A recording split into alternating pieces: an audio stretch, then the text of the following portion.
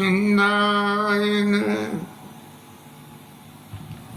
श्री रामभद्राय नमः। श्री सीता रामाय नमः। अत्यंत सुंदर उपदेश लक्ष्मण जी को भक्ति, ज्ञान, वैराग्य, माया तीनों के बारे में ये जो उपदेश दिया,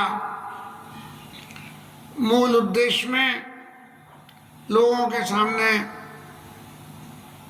जो लक्ष्मण जी के मार्फत जैसे स्पोक्समैन होते हैं, ऐसे लक्ष्मण जी को स्पोक्समैन बनाया गया और गोस्वामी जी ने इस लीला की रचना करी। अंत में राम जी महाराज ने लक्ष्मण जी को समझाया कि मेरी भक्ति सब कुछ है और भक्ति के बिना कुछ नहीं है। तो भक्ति का साधन बताया कि बहुत सरल है भक्ति करना, जैसे भागना सरल है ऐसे ही भक्ति करना भी सरल है। और सरल शब्दों में जो सरल छुपा हुआ है वही सब कुछ है, सरल है। लेकिन जीवन में सरल होना बड़ा मुश्किल है, क्योंकि आदमी की मन, बुद्धि, चित्त और अहंकार ये चारों मिलके मति को कहीं न कहीं इधर से उधर घुमाते रहते हैं, जिसमें सरल होना बहुत मुश्किल हो जाता है। अब सरल होने के में एक छोटी छोटी सी बातें आती हैं। भाई किसी एक व्यक्ति से पूछा गया कि भाई तुम कहाँ जा रहे हो? बोले जाते को मत टोका करो। हेलो भैया, ये सरलता ही क्या होती है? जा रहे हो बता दोगे तो क्या वो तुम्हारे संग चला जाएगा? और ले जा सकते हो तो जरूर ले जाओ, नहीं तो मना कर दोगे भैया मैं नहीं ले जा सकता। तो ये जो जीवन में सरलता है, ये भक्ति बहुत सरल है कि सुगम पंथ मोहि पावई प्राणी, बड़ा सुगम रास्ता है। और फिर भक्ति पाने के लिए वचन कर्म मन मोर गति। तो भक्ति क्या है कि मन वचन और कर्म से मेरी गति, मैं ही सब कुछ हूँ, जो कुछ हूँ वो मैं हूँ उसके लिए। भजन करई निय काम, भजन तो करते हैं लेकिन काम ना लेके सकाम भक्ति नहीं करते हैं, निष्काम भक्ति करते हैं। बिना किसी चाहना के बोले हमारा धर्म जो है भक्ति करना है और भगवान का धर्म जो है उस भक्ति का जो भी फल होता हो वो हमें देना है, वो भगवान अपने आप ही दे देंगे।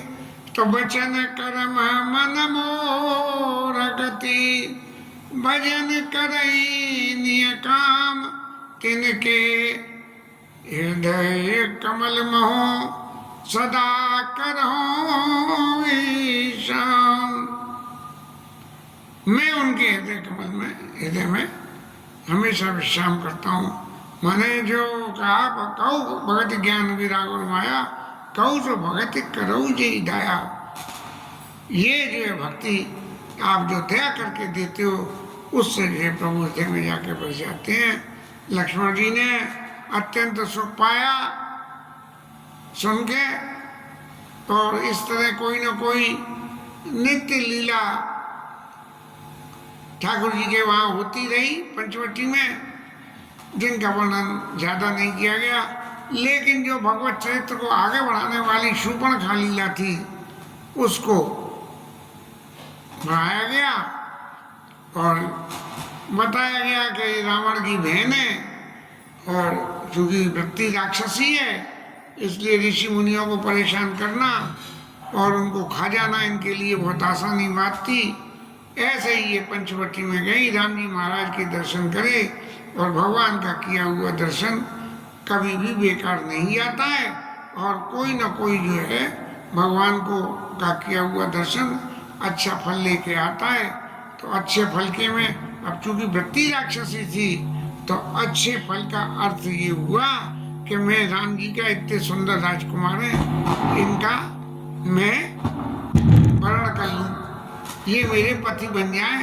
तो अब नारद बाबा ने भी विश्व मोहिनी को देखा था तो उनको भी देखते ही नारद बाबा को लगा। तो ये जो है भगवान के दर्शन से जो उद्धार होने वाली बात है, उसी बात में के देख के और सुपर्णखा मैया अपने राम जी के पास में चली गई और कहने लगी कि महाराज मैं तो कुंवारी हूँ, यद्यपि वो विवाही थी और रावण ने ही उसके पति को मारा था, क्योंकि वो जो भी कुछ होगा वो देव साधन करता होगा, तो इसलिए इसके मनमाने आचरण में परेशानी होती होगी, तो उनने मारा था। तो बोली कि मैं जो है तुम सम पुरुष न मोह सम नारी, यह संयोग विधि रचा बिचारी, महाराज तुम्हारे समान पुरुष नहीं है और मेरे समान स्त्री नहीं है।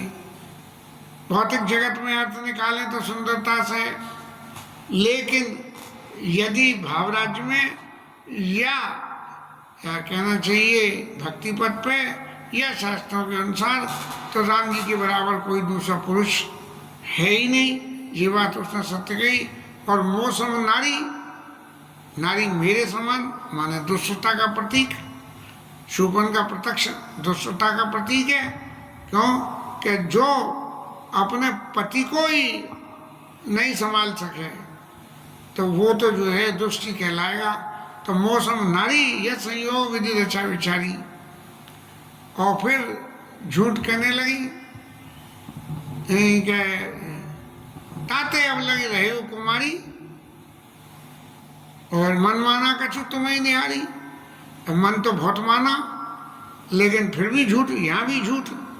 ये जो झूठ की वृत्ति है, यही वृत्ति जीवन में नाश करवाती है।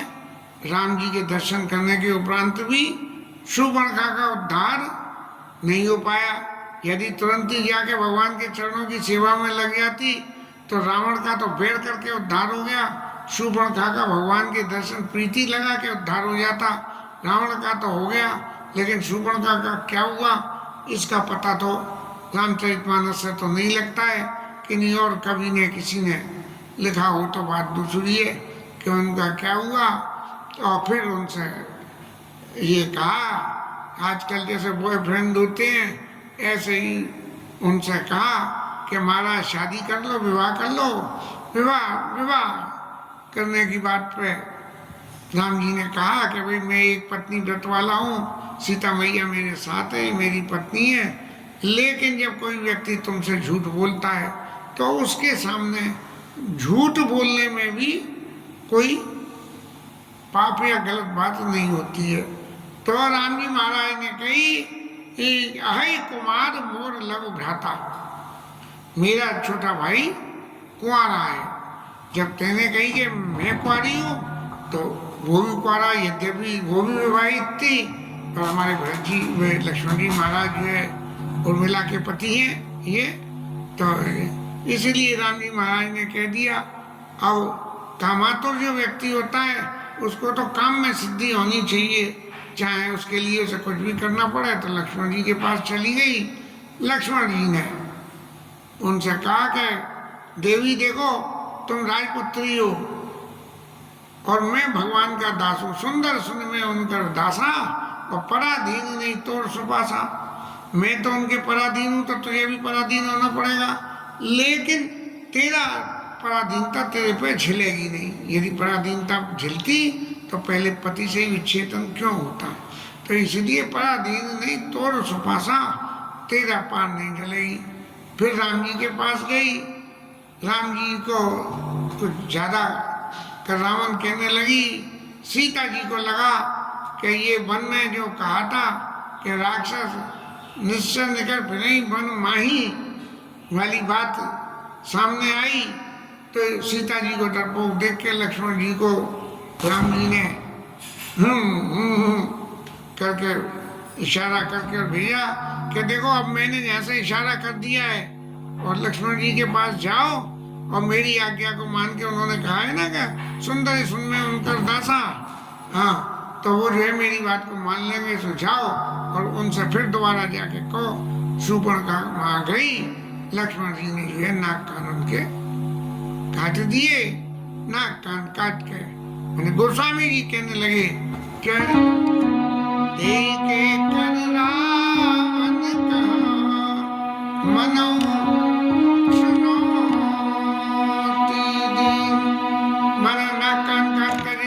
देख लो रावण महाराज तुम्हारी बहन के नाक और कान काट दिए।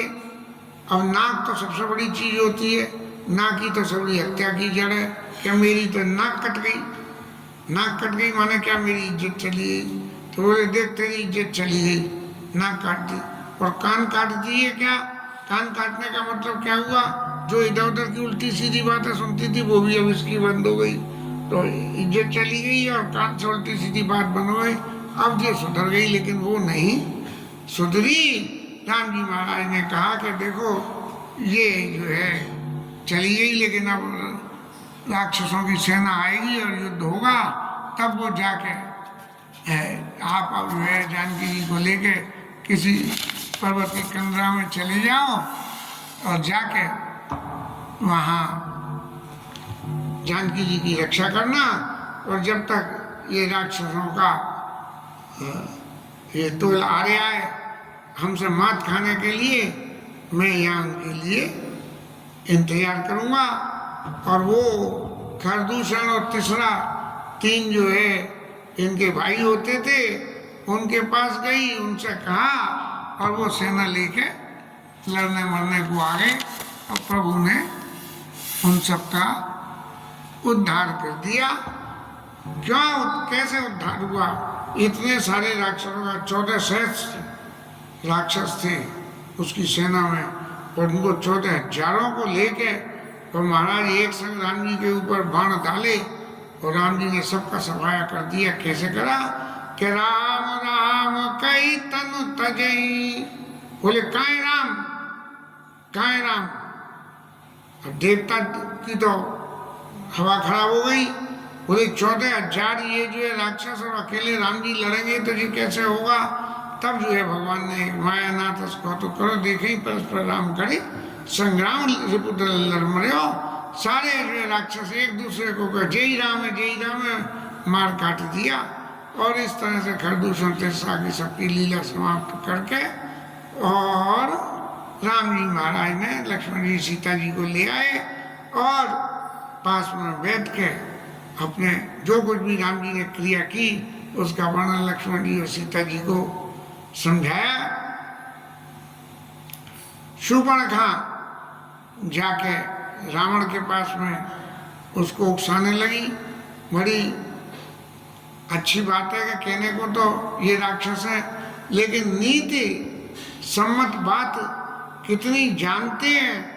कर्म से राक्षस हैं लेकिन बुद्धि में राक्षसपना अभी इनके भीतर इतना नहीं घुसा है। इसलिए उसने जाके रावण को नीति संबंध उपदेश किया कि राजनीति बिनु धन बिनु धर्मा, हरि समर्पे बिनु सत्कर्मा। यदि नीति नहीं हो और किसी आदमी को राज्य पे बिठा दो तो बिना नीति के राज्य नहीं चले। और धर्म का पालन धन से होता है। यदि धन नहीं है तो फिर धर्म पालन नहीं होगा, क्योंकि धर्म के पालन में सभी कुछ होता है, देना भी पड़ता है, दान करो पुण्य करो तो इन सब में खर्चा होता है। धन बिनु धर्मा और हरि समर्पे बिनु सत्कर्मा। आप सत्कर्म कितने ही कर लो, लेकिन सत्कर्म करने के उपरांत यदि उन सत्कर्मों को भगवान को अर्पण कर दो। श्री कृष्ण वहाँ गोवर्धन ने पूजा करके सुरेश पंडित जी कहते श्री कृष्ण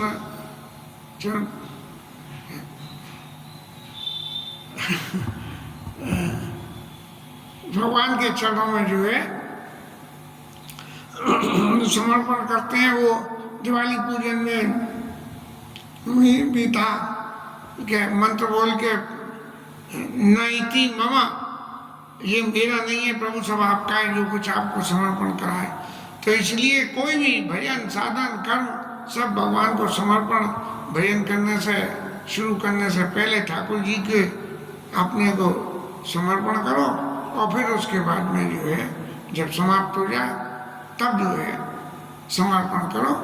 तो है क्या विद्या बिना विवेक उपजाए। पढ़ तो खूब लो लेकिन विवेक पैदा नहीं हो अंदर तो बेकार विवेक। अब विद्या तो पढ़ ली है 2 और 2 4, तो विवेक क्या है कि जब 2 और 2 4 होते हैं तो 4 होते कैसे हैं ये समझना पड़ेगा।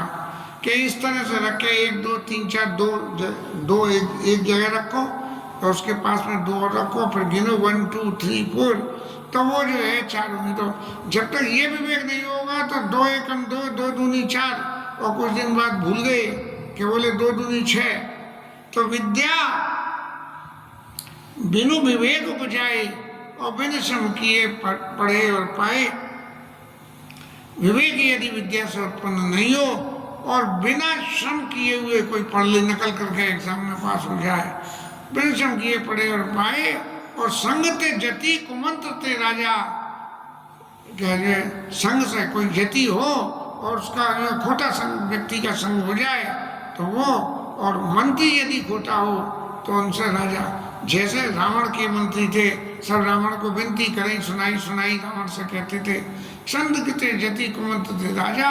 और मानते ज्ञान, यदि आप अभिमान करोगे तो आपका ज्ञान चला जाएगा, इसलिए अभिमान न करें। मानते ज्ञान और पानते लाजा, और पीने से, अब पीने की चीज तो बहुत सारी है, लेकिन उसमें जो है सबसे पीने की खराब चीज मदिरा मानी गई। तो यदि आप मदिरा पियोगे तो आपकी जो है जीवन में से लाज चली जाएगी। मानते ज्ञान, पानते लाजा, और प्रीत प्रणय बिनु मदते गुनी। माने अगर आपको किसी के संग में प्रीति है तो उसके संग में आपको कुछ सरेंडर भी करना पड़ेगा, संग साथ पाने के लिए, कुछ पाने के लिए कुछ खोना पड़ता है। ऐसे ही प्रीत प्रणय बिनु मदते गुनी। और यदि आप में मद आ गया कि मैंने करा मैंने करा मैंने करा, इस तरह का गुण आ जाए, तब जो है प्रीत प्रणय बिनु मदते गुनी। और ना सही वेग नीति ऐसे सुनी, मैंने रावण महाराज ऐसी नीति मैंने सुनी है। ये सारे गुण अवगुण रावण के पास मौजूद थे, जिन्हें रावण के सामने सुपर्णखा ने इतनी नीति सम्मत बातों को जानते हुए भी अपने जीवन में कोई आचरण उतारा नहीं, और सब रावण को उपदेश देने के लिए ये बातें कही। यदि इन्हीं सिद्धांतों को जीवन में उतार लेती तो उसका उद्धार हो जाता। लेकिन रिपुरुष पावक पाप आही, गनियन चोट करी, अस कई विविध विलाप लागी रोदन करना। माताओं के पास तो एक ही हथियार है, रोने का, और वो बोली गए, देखो मैया तुम समझ लो, रोग को कभी छोटा नहीं समझे, आग को कभी एक तिनके पे एक चिंगारी जरा सी निकली हुई सब जला के राख कर देती है। और रिपुरुष पावक पाप प्रभु आही गनीय न छोड़ करी। और सांप का बच्चा चाहे कितना छोटा हो, बोले ठीक है बच्चा है, छोटा है, दूध पिला दो, लेकिन सांप को कितना ही दूध पिला दो वो मौके पे नहीं छोड़ता है। अस कई विविध विलाप लागी रोदन करना, सभा सभा मानी व्याकुल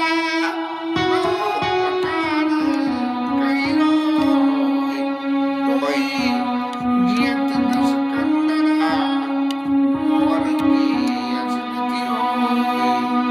अब रावण महाराज तो चुपचाप बैठे सुन रहे हैं, और जो उपदेश करी जा रही है, रावण को तो उपदेश देने की आदत है, लेने की आदत है नहीं, चुपचाप सुनते रहे। जब उन्होंने देखा कि नहीं है तो रोमन पिट्टन मचा दिया। तब जो है रावण महाराज तो नहीं हुए, लेकिन सभासद लोग जो उनके थे, मंत्री संतरी तंत्री कंत्री, सब उठे और उसे पकड़ के बिठाया। बोले देवी बैठो, बुआ जी, बहन जी, फलाने जी, ढिकाने जी बैठो, और बात तो बताओ कि जी नाक कान तुम्हारे गए कैसे। तो उन्होंने सब कुछ घटना बता दी कि अवधि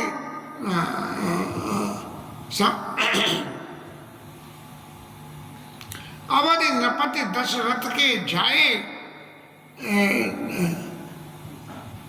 अवधि नृपति दशरथ के जाए, पुरुष सिंह बन खेलन आए। ये जो राजा दशरथ अयोध्या के हैं उनके पुत्र हैं, और वन में शिकार करने के लिए आए हैं। कौन का शिकार? राक्षसों का। क्यों? कि मुझे ऐसा लगता है कि वो कौन का शिकार करना समझ पड़ी वही उनके करनी, कि रत निशाचर करिए धनी, इतना सारा ज्ञान होने के बावजूद भी सुपर्णखा मैया अपना उद्धार नहीं कर पाई। और तो और से ही रावण की हवा खराब करने को यहाँ तक कह दी कि देखत बालक कान समाना, काल के समान है रावण महाराज, तुमने तो काल को पार्टी से बांध लिया है, तो वो एक काल तो वो बंधा हुआ है पार्टी से, लेकिन उस काल का भी काल है, उसके समान है, देखत बालक काल समाना। और परम परम धीर धनवी गुण नाना, उनमें तो भैया बड़े बड़े गुण हैं, ऐसे गुण है कि मुझे भी बेवकूफ़ बना के नाक कान कटवा दिए उन्होंने।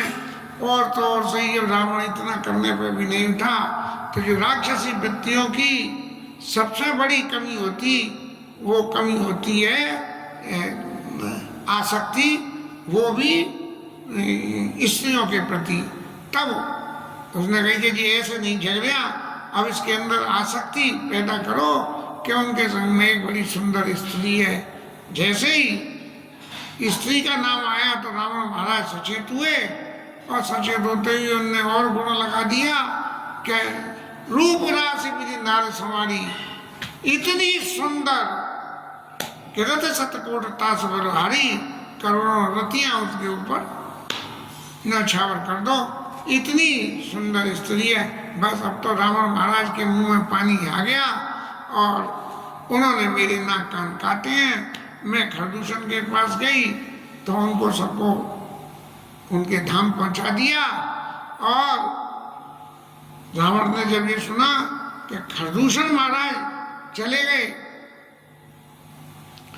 तो जो है उसे लगा रावण को कि निश्चित रूप से खरदूषण मोहिशम बलवंता तनय को मारे बिनु भगवंता, बिना भगवान के कौन मार सकता है।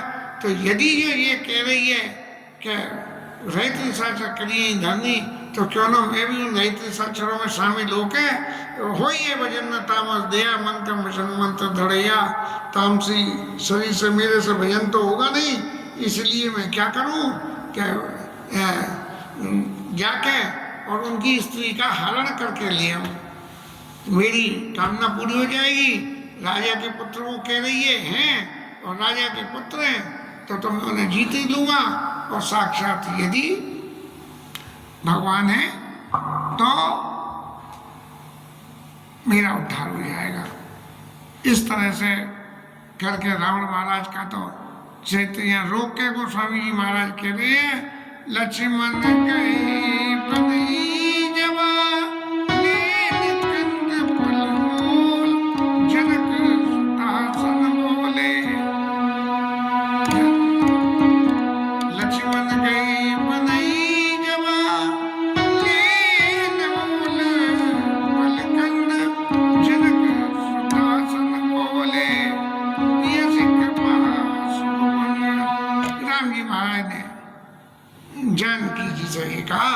कि देवी अब मैं मनुष्यों की वो लीला करूंगा, मनुष्य रूप में हूं तो वो लीला करूंगा जिन लीलाओं का ज्ञान करने से मेरे भक्त संसार सागर से पार तक चले जाएंगे, और इसमें बहुत कुछ ऐसा होगा।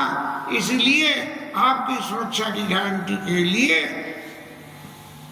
अग्निदेव एक ऐसे देवता हैं कि ये जिसके चारों तरफ लग जाए अग्नि देवता, फिर उनका छेदन कोई नहीं कर सकता है। तुम पावक मुँह करो निवासा, और जड़ लगी करो निशाचर नासा। इस तरह से जो है राक्षसों का मैं नाश करूंगा। तब तक आप अग्निदेव के स्थान पे है ना, साक्षात भगवान की आदि शक्ति है, इसलिए अग्निदेव के यहाँ रहने में उनको कोई जो है तकलीफ नहीं थी। इसके साथ ये कथा विश्राम